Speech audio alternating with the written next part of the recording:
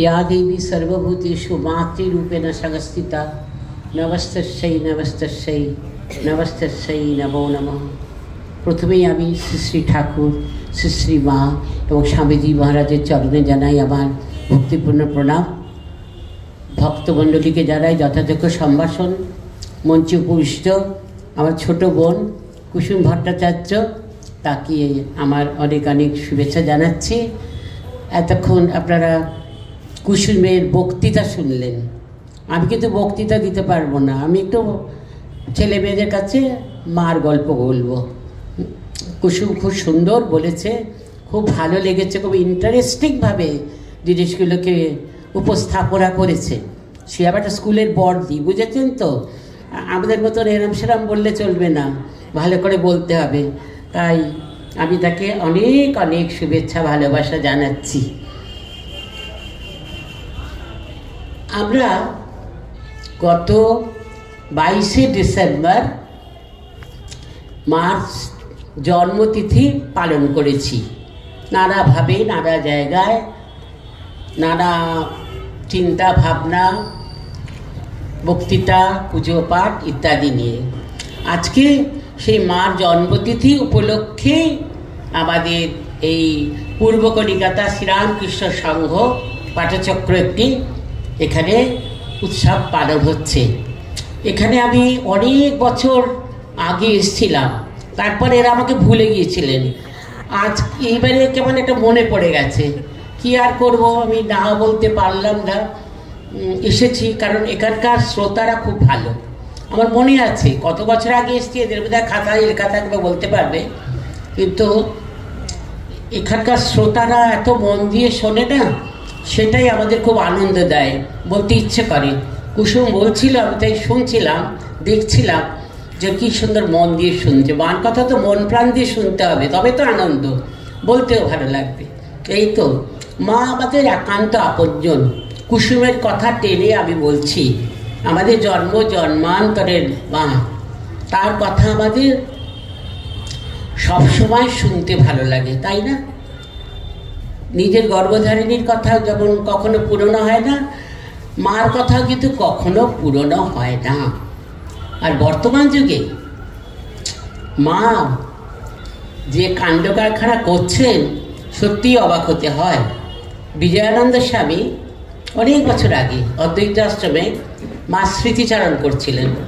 করতে গিয়ে বলছেন, দেশ বিদেশ ঘুরে আমার মনে হয়েছে ঠাকুর মা এক সিংহাসনে বসে আছেন, আর মা ঠাকুরকে বলছে তুমি একটু সরে বসো, আমি কাজ করি একটু। অর্থাৎ বর্তমানে মাকে নিয়ে যে আলোড়ন, ভাবা যায়? হ্যাঁ, মার তো পড়াশোনার কিচ্ছুই করার উপায় ছিল না। হ্যাঁ, ভাগ্নে তো বই কেড়ে নিচ্ছে পড়তে গেলে, যা অবস্থা সব। কিন্তু সেই মাকে নিয়ে এখন রিসার্চ হচ্ছে, পিএইচডি পাচ্ছে। হ্যাঁ, সারদা স্কলারশিপ দিচ্ছি আমরা, কত স্কুল হচ্ছে, কত কলেজ হচ্ছে। এ কী ব্যাপার, অদ্ভুত ব্যাপার। যত ভাববেন, গভীরে দেখবেন মাকে নিয়ে কি আলোড়ন, শক্তির কি খেলা। বেশ কয়েক বছর আগে কয়েকজন মেডিকেল স্টুডেন্ট ডেলিগেশনে ইস্তাম্বুল গিয়েছিল। সেখানে গেছে, ওদের নানা রকম আলোচনা হয়েছে। ইউনিভার্সিটির মহিলারা হঠাৎ তাদের মধ্যে দু একজন প্রশ্ন করলেন, who is the Sarada Devi? এত সারদা দেবীর কথা বলছে, কে তিনি? তখন বলছে, চলুন ভারতবর্ষে চলুন, তার সঙ্গে আলাপ করিয়ে দেব, তার সঙ্গে কথা বলিয়ে দেব। তিনি কথা বলেন, তিনি কথা শোনেন, তার সঙ্গে আলাপ করা যায়। অদ্ভুত কথা। একটা গান আছে না, ডাকিলে সাড়া দাও তুমি মা আমার, কাঁদিলে কোলে নাও তুমি মা আমার। সত্যিই তাই, মাকে যদি আন্তরিক ডাকা যায়, তিনি কথা শোনেন, অন্তরের কথা শোনেন। তো মাকে কেঁদে কেঁদে ডাকতে হবে, চোখে জল দিয়ে, মা তুমি ছাড়া আমার কেউ নেই, তুমি আমাকে এগিয়ে নিয়ে চলো। এই যে মনুষ্য জন্ম, এই মনুষ্য জন্ম তার উদ্দেশ্যটা কি? তার উদ্দেশ্য একটাই, ভগবান লাভ। মানুষই একমাত্র ভগবান লাভ করতে পারে। পুরাণ বলছে 84 লক্ষবার জন্ম হওয়ার পরে আমাদের এই দুর্লভ মানুষ জন্ম। এই জীবনের উদ্দেশ্য একটি, যেটি আমরা ভুলে বসে আছি, মনে থাকে না তো। সংসারের নানা রকম ঘটনায় আমরা নিজেদের হারিয়ে ফেলি, চিন্তাগুলো মনেই থাকে না যে কেন এসেছি, জীবনের উদ্দেশ্যটা কি মনে পড়ে না। তাই তো এই বারে বারে এই আলোচনা সভার ব্যবস্থা। আপনারা বললেন কি মার জন্ম দিয়েছে, সবাই প্রতিবার ছিল তো মার কথাই তো প্রতিবার শুনে যাচ্ছি। কখনো কি আপনাদের একঘেয়ে লাগে? কখনো কি নিরাশ লাগে? মনে হয় কি একই কথা শুনছি? আমার তো মনে হয় না। যখনই যেভাবেই শুনি সেই কথাটাই ঘুরিয়ে ফিরিয়ে বিভিন্ন অ্যাসপেক্ট থেকে বিভিন্ন বক্তারা আলোচনা করেন, কিন্তু আমাদের সবসময় কি ভালো লাগে যেন, কি যেন একটা এনার্জি পাই। সংসারের পাকে চাকে তো ভুলে যাই, মনে পড়ে যায়। তাই তো কি শুনে এলাম এক্ষুনি যে কুসুম বলল, কি সুন্দর ঘটনাগুলি বলুন তো। হ্যাঁ, মা যে ডাকলেই সাড়া দিচ্ছেন, সেইটা আমরা বুঝতে পারছি। মাকে ডাকতে হবে, তাই জন্যে মনে রাখতে হবে উদ্দেশ্যটা। আমার মনে পড়ছে বেলুড়মঠের 10ম প্রেসিডেন্ট মহারাজ স্বামী বীরেশ্বরানন্দজি মহারাজ, তার লেকচারে উনি বলেছিলেন একটি ঘটনা, আমার খুব ভালো লেগেছিল, সেটি আপনাদের বলছেন জাপানি অজ পাড়াগা, সে অজ পাড়াগায় একটি বাড়িতে তার মনিব তার ভৃত্যকে বলেছে, দেখ শহর থেকে তুই এই জিনিসগুলো কিনে নিয়ে আয়।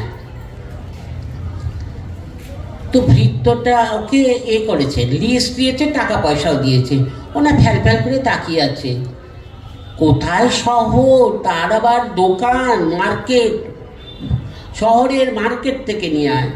সে কোথায় কিছুই তো জানি না, কিছু তো চিনিও না। গ্রামে সে ধুলো পড়া, হ্যাঁ একটু সেরকম খেলনা পুতুল ইত্যাদি। ভালো জিনিস, ঝকঝকে জিনিস তো কিছু নেই, ও তো দেখেনি, কোনোদিন চোখে দেখেনি। না বলছি তুই জিজ্ঞেস করে যা। তখন সে ভৃত্যটি জিজ্ঞেস করে শহরে গেছে। তারপরে বলেছে, ভাই মার্কেটটা কোথায় যেখানে এই জিনিস পাওয়া যায়? লিস্ট দিয়েছেন তো, বাড়ির মনি লিস্ট দিয়েছেন। বলছে হ্যাঁ এইখানে পাওয়া যায়। তো বাজারে সেই মার্কেটে গেছে, ভালো মার্কেটে। সেখানে গিয়েতে তার চক্ষু চড়ক গাছ।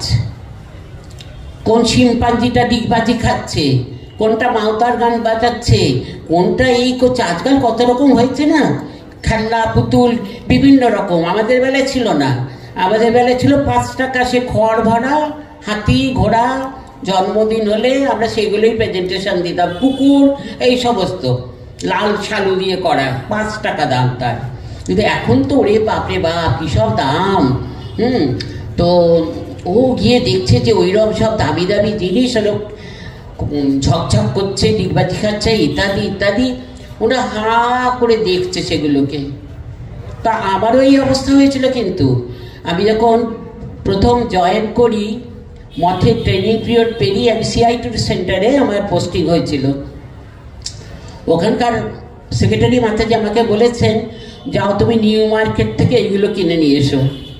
ভগবান, আমি কলকাতায় চিনি না, আমি বাইরে মানুষ। হ্যাঁ, আর কলকাতার আবার নিউ মার্কেট নামটা শুনেছি, কিন্তু কি ব্যাপার, ভয়ে মুখ শুকিয়ে গেছে। একজনকে নিয়ে চিনে সে নিউ মার্কেটে গিয়েছি। মাতাজিও লিস্ট ধরিয়ে দিয়েছেন আমাকে, ওই চাকরটার মতো নিয়ে একেবারে। গিয়ে তাকাচ্ছি, বাবারে কি কিনবো।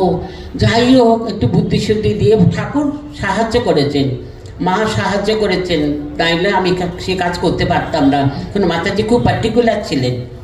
আমাদের প্রথম GS মুক্তিপ্রাণা মাতাজি, তারই বোন ছিলেন শুদ্ধা প্রাণা মাতাজি, তখন উনিই আমাকে পাঠিয়েছিলেন। যাই হোক, যে সঙ্গেও গিয়েছিল পরামর্শ করে আমি জিনিসগুলি কিনে এনেছিলাম। বুক ধরপট করছে, এক্ষুনি দেবেন এক ধমক। বুঝিও না, চিনিও না, জানিও না। তো উনি যাই হোক খুশি হয়েছিলেন, বাঁচলাম। তো ওই চাকরটা কি করেছে, উনি হাঁ করে তাকাচ্ছে, তাকাতে তাকাতে তাকাতে একসময় মার্কেট থেকে বেরিয়ে এসছে, বেরিয়ে সে গ্রামে ফিরে এসেছে। কিচ্ছু কিন্তু কেনেনি, ভুলেই গেছে কেন গিয়েছিল। তখন বাড়িতে গেছে, মণি বলছে কোথায় জিনিসগুলো নিয়ে আয়। তো বলছে বাবু বাবু আমি তো ভুলে গিয়েছিলাম কেন ওখানে গিয়েছিলাম। এই গল্পটি মহারাজ বলেছিলেন। তার এর উদ্দেশ্যটা কি, আমরাও যে এই মার্কেটে বেড়াতে এসেছি, জগতে মার্কেটে যে এসেছি তার উদ্দেশ্যটা কি সেটা তো করতে হবে। বা ভুলে বসে আছি তো, মনে থাকছে না। তা আমাদের কি হয়, এই ঠাকুর বা স্বামীজির কথা শুনলে আমাদের মনে পড়ে যায়, তাই তো এই করতে তো আসিনি, আখের তো গুছাতে হবে, পাড়ের কড়ি তো জোগাড় করতে হবে। তো এই ঠাকুর মা স্বামীজি জীবনের কথা শুনলে আমাদের সেইটি মনে পড়ে যায়। কতদিন বেশ উঠে পড়ে লাগি, আবার ভুলে যাই, আবার তাই জন্য শুনতে হবে, বারে বারে শুনতে হবে, তাই বারে বারে শোনার ব্যবস্থা। এবার আমি আসল কথায় আসি। এই যে মা জগৎ জননী আদ্যাশক্তি মহামায়া, তাই তো যুগে যুগে এসেছেন তিনি। তা আমরা জানি যে ভগবান যুগে যুগে আসে তাদের শক্তিতে নিয়ে, শক্তিকে সঙ্গে নিয়ে। তো বলছেন যে আমরা গীতায় পড়েছি তো, সেই তিনি কেন আসছেন, পরিত্রাণায় সাধুনাং বিনাশায় চ দুষ্কৃতম। আপনারা জানেন শ্লোকটা, আমি বলছি না। তিনি আসছেন। তারপরে ভাগবতে বলছেন কি, অনুগ্রহায় ভূতানাং মানুষং দেহমাশ্রিতা ভজতে তাদৃশী ক্রীড়া ইয়া শ্রুত্বা তৎপরভাবে। অর্থাৎ ভগবান আসছেন অনুগ্রহ করে, মনুষ্য দেহ ধারণ করে এবং আচরণ করে দেখিয়ে দিচ্ছেন এইরকম তৎপরা হও, এইরকম হও, আচরণ করে দেখিয়ে দিয়েছেন কি করে হবে।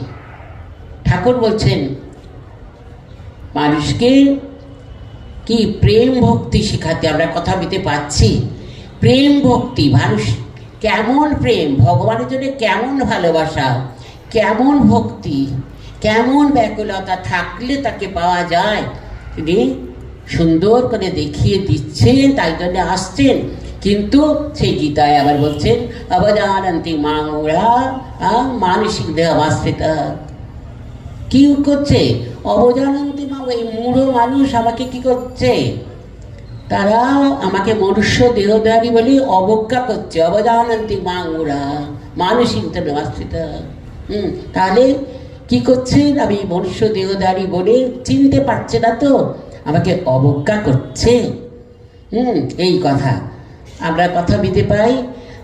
একবার নারদ এসছেন রামচন্দ্রকে প্রণাম করতে, কাছাকাছি এসে গেছেন। রামচন্দ্র কি করেছে, সাষ্টাঙ্গে প্রণাম করে ফেললেন নারদকে। নারদ বেচারা তো ভেবাচাকা খেয়ে গেছে, কি তখন কথামৃতে দ্বিতীয় ভাগে আছে, আপনারা খুলে দেখবেন, আছে ঘটনাটা। তখন রামচন্দ্র প্রণাম করে বলছেন এতদিন বাদে আসতে হয়, আপনার সংসারী জীব ইত্যাদি ইত্যাদি বলে নারদকে ভুলিয়ে দিলেন, একেবারে ধরা দেন না যে তিনি কি করে, তিনি যে ভগবান। এটা আমরা ভাগবতের খুব সুন্দর শ্লোক আছে, ওখানে বলছে দুর্ভাগবত লোকয়ম যদব নিতরামপি এসং বসন্ত না বিদুরহরি মীনা ইব রূপম। কি সুন্দর শ্লোকটি, ভারী চমৎকার শ্লোক। এর অর্থটা হচ্ছে এই যে চন্দ্রের প্রতিবিম্ব জলে পড়েছে, আর মাছেরা সেই প্রতিবিম্ব চন্দ্র মানে খুব সুন্দর দেখতে, তো ও তাদের সঙ্গে ঝকঝক করছে, কি সুন্দর খেলা করছে। কিন্তু একখণ্ড মেঘ এসে আড়াল করে দিল চাঁদকে। তখন এই সুন্দর বন্ধুটাকে তারা খুঁজে পায় না, কোথায় গেল কোথায় গেল। তাদের তখন অনুভব হয় যেটা না বিজাতীয় কেউ, মাছ নয়, তাদের জাতীয় নয়, এটা বোধ হয়।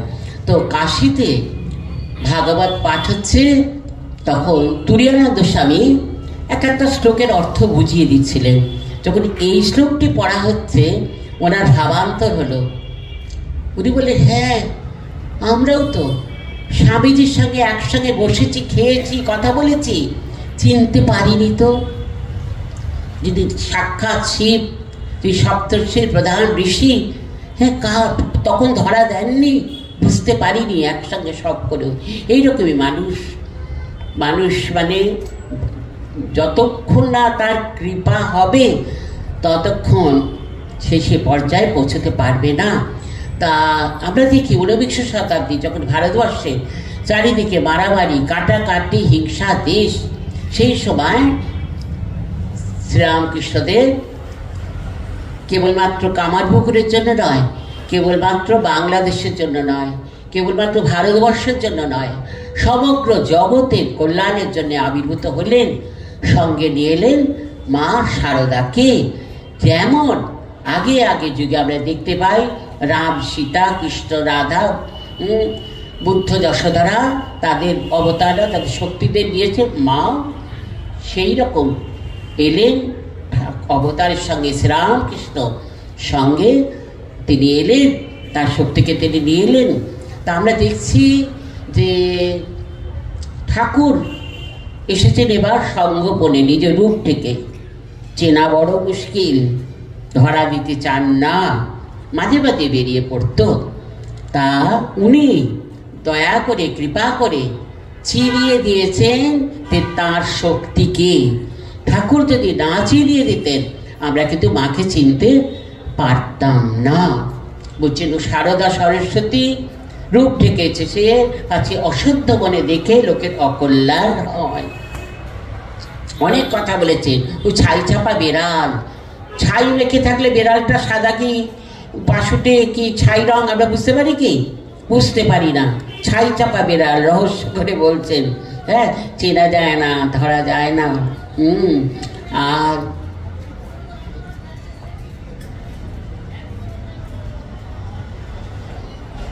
কেউ কথা বলছে, একটু চুপ করে। তো তাকে চেনা যায় না। আমরা তাই দেখতে পারি যখন মার ঠাকুরের জন্য দক্ষিণেশ্বরে খাবার নিয়ে এসছেন, তো যখন ঠাকুর বলতে দরজাটা ভেজিয়ে দিয়ে যা, শুনে বুঝতে পারেননি মা নিয়ে এসছেন। না, হ্যাঁ দিলুম। কথা শুনে ঠাকুর চমকে উঠেছে। ও তুমি, আমি ভেবেছি লক্ষ্মী, তুমি কিছু মনে করো নি গো। পরের দিন ঠাকুরে কিন্তু সারা রাত ঘুমায়নি। পরের দিন ভোরবেলা গিয়ে নববাতে উপস্থিত। ওকে তুমি কিছু মনে করো না, তোমাকে এরকম রূঢ় কথা বলে ফেলেছি। মা তো হাসতেন। কি রূঢ় কথা? তখনকার দিনে ওরকম হতো। তাহলে স্বামীদের বয়সটা অনেক, আর স্ত্রী তো পুচকে। ঠাকুরের মার বয়সটা হিসাব করুন। হ্যাঁ, যদি তুই বলে থাকেন কি অপরাধ? কিন্তু ঠাকুর জগৎবাসীকে শেখাচ্ছেন যে কে, তাই তার এই আচরণ। মা যদি পদসেবা করতেন, ঠাকুর তার প্রতি নমস্কার করতেন। খাবার নিয়ে গেলে ব্রহ্মময়ী ব্রহ্মময়ী বলে একেবারে হাত জোর করে দাঁড়াতেন। ঠাকুর তো মানে বিভিন্নভাবে বলে দিচ্ছেন। যখন মার এই 14-15 বছর বয়স, কামারপুকুরে ঠাকুর গিয়েছেন। তিনি, মা এবং তার সঙ্গিনীরা বসে আছেন, ঠাকুর উচ্চ তত্ত্ব আলোচনা করছেন। তো মা না শুনতে শুনতে ঘুমিয়ে পড়েছেন। সত্যি যদি বলা হচ্ছে কেউ যদি ঘুমোয় কত অস্বস্তি। হ্যাঁ, তো উসখুস করছে পাশে সঙ্গিনীরা, এরে ঘুমিয়ে পড়লে রে, এত সুন্দর কথা হচ্ছে শুনলে রে, ইত্যাদি ইত্যাদি বলছে। তখন ঠাকুর বলছে, থাক থাক, চুপ চুপ, ওকে জাগিও না। এই উচ্চ আধ্যাত্মিক তত্ত্ব কানে গেলে চোচা দৌড় মারবে, তাহলে যার জন্যে আসা সেটি হবে না। আমরা জানি এবার ঠাকুর এসেছিলেন মাতৃভাব প্রতিষ্ঠা করার জন্যে। তাই তো ঠাকুর কি করেছিলেন?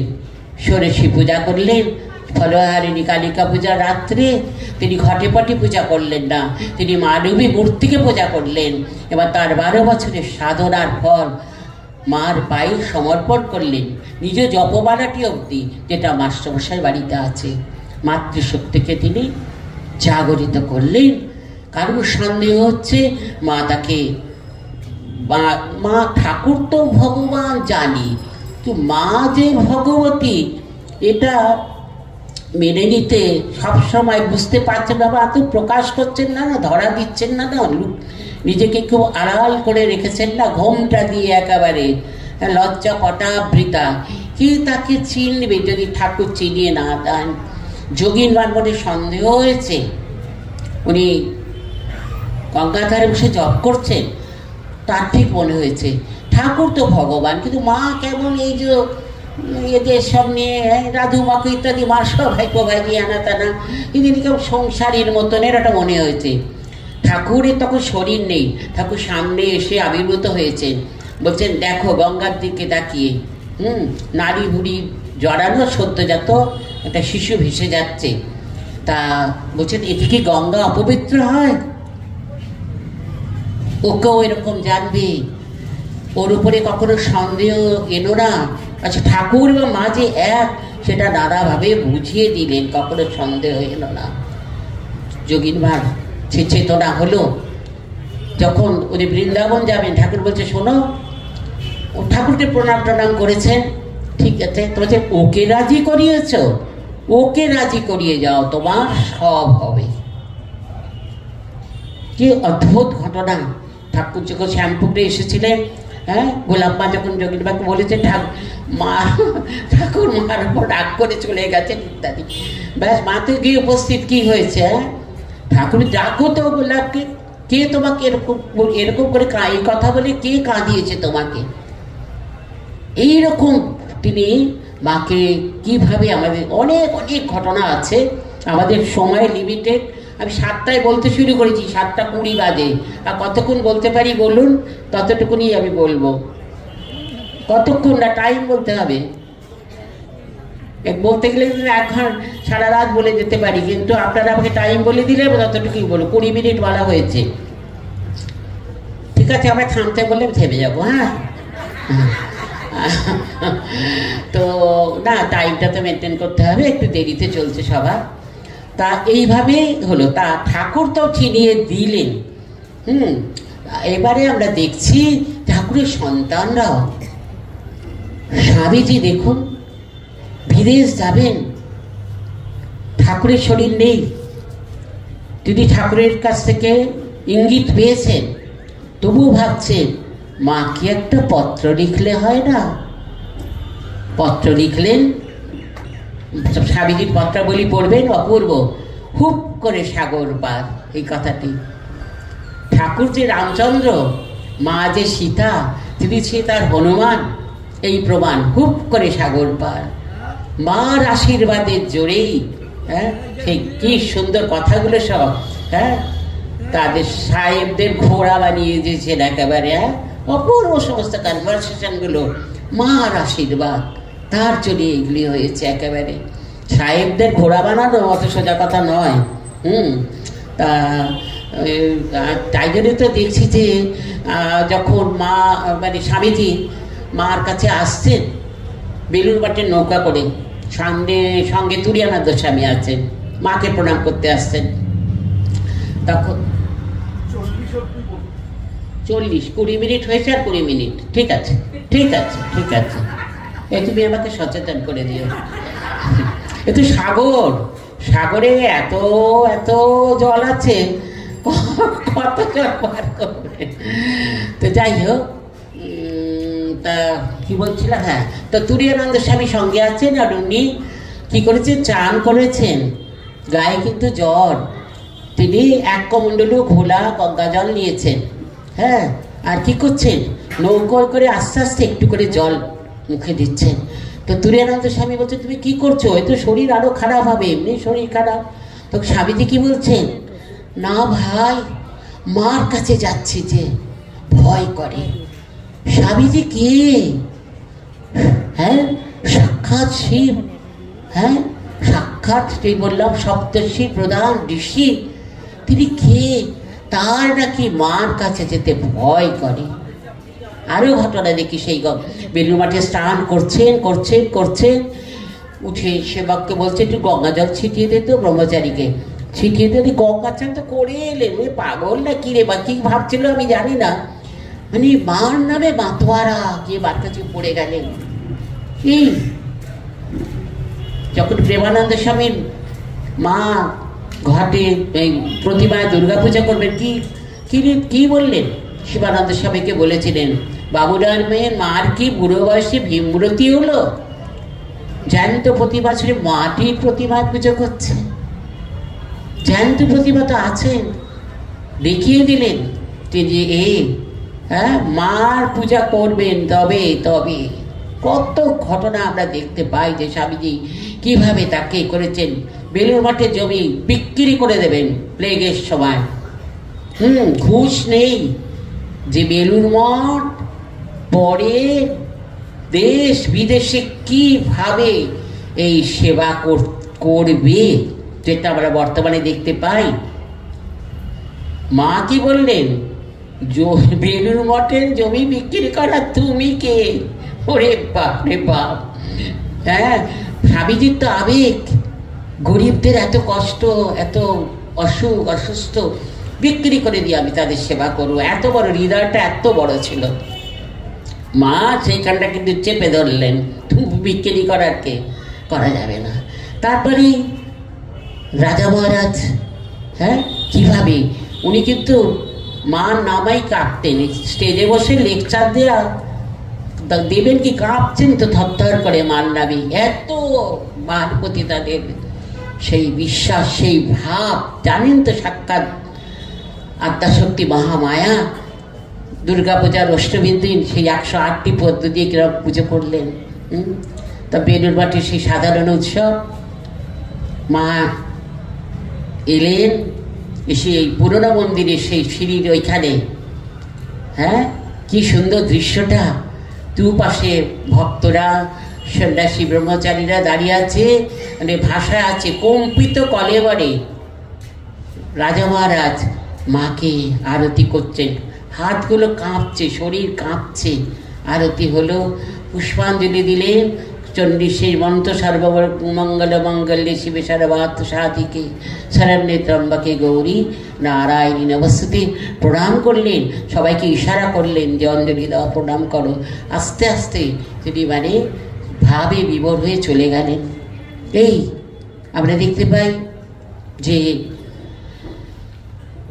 উনি বারবার তুলে ধরেছেন যে মাকে আমাদের প্রকাশ করে দিচ্ছেন। মা কে, সেটা আদ্যাশক্তি মহামায়া। অনেক অনেক ঘটনা আছে। সব সন্তানরাই ঠাকুরের, সমস্ত সন্তানরাই মাকে চিনেছিলেন। তাই তো শরৎ মহারাজকে যখন বলা হলো তার জীবনী লিখতে, কি বললেন? অসম্ভব ব্যাপার। সেই যে গান, মাতর রঙ্গ দেখে রঙ্গময়ী অবাক হয়েছি, হাসিব কি কাঁদিব তাই বসে ভাবতেছি, এতকাল রইলাম কাছে বেড়ালাম পিছে পিছে, চিনিতে না পেরে শেষে হার মেরেছি। মাগো অবাক হয়েছি। সত্যিই মাকে ভাবলে অবাকই হতে হয়। এরপরে আমরা দেখতে পাচ্ছি, আর আমি সন্তানদের কথা বলছি না, এখন আমি চলে যাচ্ছি যে মা দয়াপরবশ হয়ে কিভাবে নিজেকে আমাদের কাছে ধরা দিয়েছেন। যখন বলা হচ্ছে ঠাকুর তো ভগবান, আপনি কে? বা সোজা উত্তর, ভগবতী, সোজা, কোনো কিন্তু নেই। মা আপনার জপ কি করে করবো? শৈলাবানাচন্দ্র চৌধুরী যখন বলেছিলেন, ঠাকুরের জপ তো বলে দিলেন।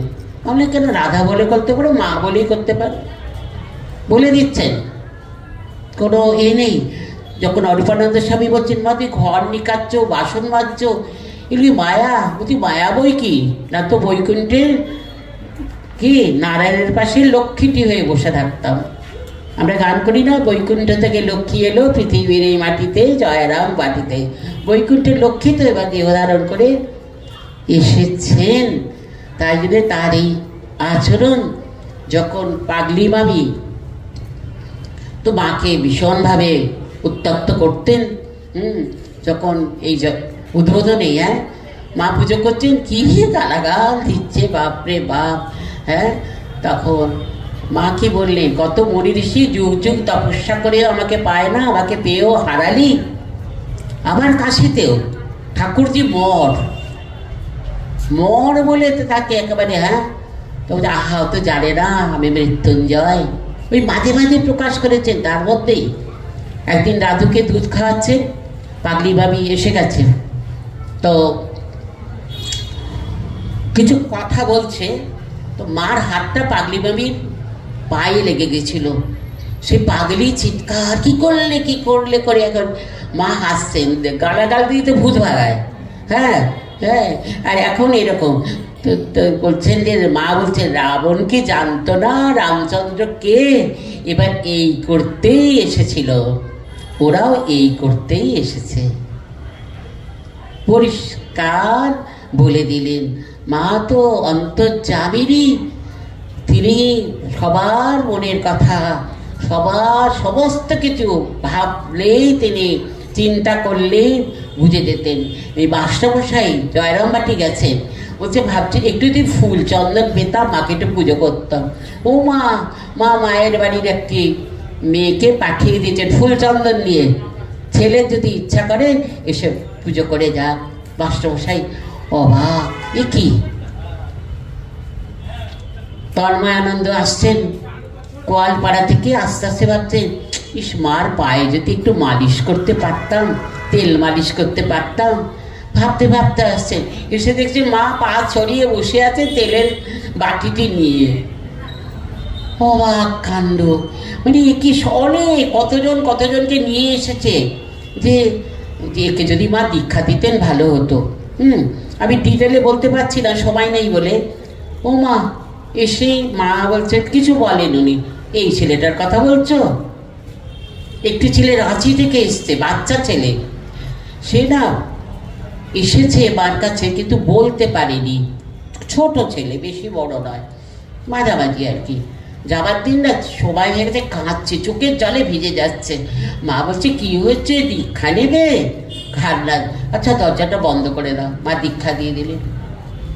তাই জন্য মা ডাকলে সাড়া দেন, এটা আমরা আমাদের সবসময় ভাবতে হবে, সেইভাবে ডাকতে হবে। আরেকটি ঘটনা আছে, হবিগঞ্জ থেকে একটু ছেলে এসছিল, আমার ঘটনাটা খুব ভালো লাগে। সে এসছে, তো মা তখন জয়রামবাটিতে আছেন, তো উনি গেছেন জয়রামবাটি গেছেন, মাকে জিজ্ঞেস করে টোরে কোথায় মা, ওই তো মা। দেখছেন যে মা বসে বসে তরকারি কাটছে, কে দেখিয়ে দিয়েছে, ওই মা। ও তাকিয়ে বলছে, এ বাবা, এই সাক্ষাৎ জগৎ জননী, কালো শিরা বার করা পা, মানে মার চেহারা দেখে মানে মনের মধ্যে মানে খুবই একটা হতাশ। ভেবেছিল ওদের মা বেনারসি পরে সিংহাসনে বসে থাকবেন ইত্যাদি ইত্যাদি। মা সঙ্গে সঙ্গে বলে উঠলেন, না বাবা আমি এত কালো ছিলাম না, ওই পঞ্চতাপা করে আমার রংটা পুড়ে গেছে। চমকে উঠেছে সে। তারপরে তার দীক্ষা ঠিক হয়েছে, দীক্ষা হয়ে উঠছে। তারপরে ও খেতে বসেছে, দীক্ষার পরে গুরু প্রণামের পর সব করার পর সে বাড়ি, সেখানে তো প্রসাদ পাওয়া যায়, খেতে বসেছে। তো হবিগঞ্জের ছেলে, ভালো খেতে পারে, আগে পারত। পূর্ববঙ্গের লোকেরা ভালো মন্দ ছিল, টাটকা জিনিস ভালো করে খেত, আমাদের এখানকার মতো দশা ছিল না। এখন তো কেউই খেতে পারে না, কোনো অঙ্গনই না। খেতে বসেছে বলছে, বাবা আমাকে এইটুকু দিয়েছে, আমার তো পেটের একটা কণাও ভরবে না। ভাবছে মা, আস্তে আস্তে তখন মা দেখছে ছেলেদের ঠিক দেওয়া হয়েছে কিনা, খাচ্ছে কিনা। ওর কাছে এসে বলছে, পরিবেশনকারীকে ডাকছে, ও গো এসো, ছেলেকে ভালো করে দাও, ওর তো পেটের একটা কণাও ভরবে না। আরে ও সে অবাক, এই মাকে চেনা বড় মুশকিল। তাই কিন্তু আমাদের কি করতে হবে, তাকে ধরে থাকতে হবে। একটা দোহা আছে, চলতি চক্কি সবকই দেখে কিল না দেখে কই, जो किल को पकड़ रहे साबुत है রই। হ্যাঁ, যাঁতা ঘুরছে, আর আমি শেষ করে দিচ্ছি, ভয় পেও না, দেখছি চাটাটা ঘুরছে। আর কি করছে, কি দানাগুলো কি হয় পিষছে তো কিছু দানা কিলের কাছে এসে যায়। কিলের বাংলাটা আমি ঠিক জানি না, কি বলে কিলকে, কি বলে গো? হ্যাঁ হ্যাঁ, ওইখানে এসে যায়, সেটা পিষে যায় না। चलती चक्की सब कोई देखे कील ना देखे कोई, जो कील के पकड़ है साबुत है রই। যে কিলটাকে ধরে থাকছে ও সাবুত, মানে গোটা থেকে যায়। আমরা যদি মাকে ধরে থাকি সারাক্ষণ, যদি তার চিন্তায় আমরা কাটাই, তাহলে দেখবে আমরা সংসার যাতায় পিষে যাব না। এইটা আরেকটি ঘটনা বলে আমি শেষ করছি, সত্য ঘটনা, দক্ষিণেশ্বরের ঘটনা। দক্ষিণেশ্বরে একটি বড়লোকের বাড়ি, মিত্রদের বাড়ি। আমি তাদের দেখেছি, অনেককে দেখেছি, অনেকের সঙ্গে সময়ও কাটিয়েছি, দিনও কাটিয়েছি, তাই জন্য ওদের ব্যাপারটা আমি জানি। সে মিত্রদের বাড়িতে একটা বারান্দা আছে, বড় লোকের বাড়ি, ওরা আর কি স্কুলকে জমি দান করেছে ইত্যাদি ইত্যাদি, খুব নাম করা বাড়ি আর কি। তো ওদের সে বারান্দাতে একটি মুচি রোজ জুতো সেলাই করে, আর জুতো সেলাই করতে করতে বলে হায় রাম হায় রাম, সারা দিন সে হায় রাম বলে। তো আমাকে যিনি গল্প করেছিলেন কথাটা, ঘটনাটা, ওনার তখন 85-86 বছর বয়স, আমি ওনাকে কাকা বলতাম। তো আমাকে বলছে জানো এরকম ঘটনা। কি ঘটনা? না এরকম। তা রোজ দেখতাম না হায় রাম করে। আর উনি বলছেন আমি পড়াশোনা করি, কথাটা শুনি। একদিন দেখি আমার বাবা, ওনার বাবা আর কি, বেরিয়ে মুচিটার কাছে গেছেন, গিয়ে বলছেন যে এই বেটা তুই সারাক্ষণ কি হায় রাম করিস, রামজি কি তোর কাছে আসেন? তখন বলছে হ্যাঁ বাবু, রামজি আসেন, জায়গা পান না, তাই চলে যান, আমি রামজির জন্য জায়গা করছি। একটা মুচি যে জুতো সেলাই করে পয়সা পায়, করে সে নিজের জীবন অতিবাহিত করছে, কিন্তু সে সারাক্ষণ সে রামের জন্য জায়গা করছে, রাম এসে বসবেন। কারণ জায়গা পরিষ্কার না হলে তো তিনি বসবেন না। আপনার কাউকে খেতে দিয়েছেন, জায়গাটা নোংরা থাকলে কি হবে? সুন্দর করে মুছে, সুন্দর করে আসন পেতে, হ্যাঁ খেতে দেন। এখন আসন নয়, এখন চেয়ার টেবিল, যাই হোক সেটা পরিষ্কার করে দিতে হবে সুন্দর করে। তো সেই তবে তিনি আসবেন। তা মুচি পড়াশোনা জানে না, কিচ্ছু নয়, জুতো সেলাই করে সে ভগবানের জন্য হৃদয়ে জায়গা করছে। হ্যাঁ, তো ভদ্রলোক শুনে, বিরাট বড় লোক তো ওদের খুব এই ছিল, উনি না শুনে ভুলে গেছেন উনিকে, মুচিকে জড়িয়ে ধরেছেন। বাবা তুই আমার কি কথা শোনালি? মুচিও কাঁদছে, ভদ্রলোকও কাঁদছে চোখে জল, তুই আজ কি কথা শোনালি? তো এই ঘটনা থেকে, সত্য ঘটনা এটি একেবারে, এই ঘটনা থেকে আমরা, আমাদের শিক্ষা হয় আমরাও যেন মার জন্যে হৃদয়ে আসনটা পাততে পারি সুন্দর করে। হ্যাঁ, যদি পাতি, যদি বলি মা তুমি এসো মা দেখা দাও, চোখের জল ফেলতে হবে, নির্ভীতে ফেলতে হবে, কেউ দেখবে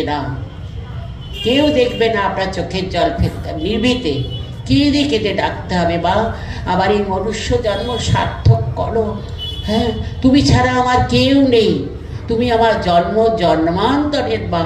কিন্তু সবার মা তিনি, হ্যাঁ, চোরের মা, ডাকাতের মা, গরিবের মা, বড় লোকের মা, সাধুর মা, গৃহীর মা, ইতর জীবজন্তুর মা, সবার মা, সবার ডাকে তিনি সাড়া দেন, সবার দুঃখে তার কষ্ট হয়। তো এই মাকে যদি আমরা ধরতে পারি, তার চরণটা চেপে চুপে জোর করে তোমার চরণ ছাড়বো না, তোমাকে দেখা দিতেই হবে, এই ভবসাগর পার করাতেই হবে তোমাকে। হ্যাঁ, এই কারণ তিনি আদ্যাশক্তি মহামায়া, এই দশমহাবিদ্যা সবই তো তিনি দুর্গা, তিনি কালী, তিনি সতী, হ্যাঁ তিনি বগলা, তিনি কি না, সমস্ত প্রত্যেকটার উদাহরণ আমরা পাই যে তিনি সমস্ত। বগলা রূপ দেখে তো আমি অবাক হয়ে যখন শুনেছিলাম, হ্যাঁ সে বগলা রূপ কেমন দেখিয়েছিলেন, তার মধ্যে কুপ্রবৃত্তি যে জাগ্রত হলো ঋষের এতে, হ্যাঁ, তিনি এমন হয়েছে গোলার চারপাশে ঘুরছে। মা কি করলেন, বুকে হাঁটু গেড়ে একেবারে জিভ বার করে ঠাস ঠাস করে চড় মারছে। কি মা লজ্জা পটাবৃতা তিনি কি করে করলেন ভাবা যায় না তো। যেন কেশবানন্দ মহারাজ বলছেন যে কিরকম ভাবে বলেছে, মা তোমার পরে এইসব শীতলা, এই তো সব পুজো আমরা করি না, এগুলো সব কেউ করবে না, ষষ্ঠী শীতলা ইত্যাদি পুজো মায়ের বইতে এটা আছে যে সব কেউ করবে না। মা বলছেন কেন করবে না, সব তো আমারই অংশ, মা অংশ নয়, সব তারই অংশ। মা সাক্ষাৎ জগৎ জননী, আত্মাশক্তি মহামায়া। আমি আজকে চণ্ডীর ভাষাতেই বলি, তাকে প্রণাম জানাই। সর্বমঙ্গল মঙ্গলে শিবে সর্বার্থ সাধিকে শরণ্যে ত্র্যম্বকে গৌরী নারায়ণী নমস্তে।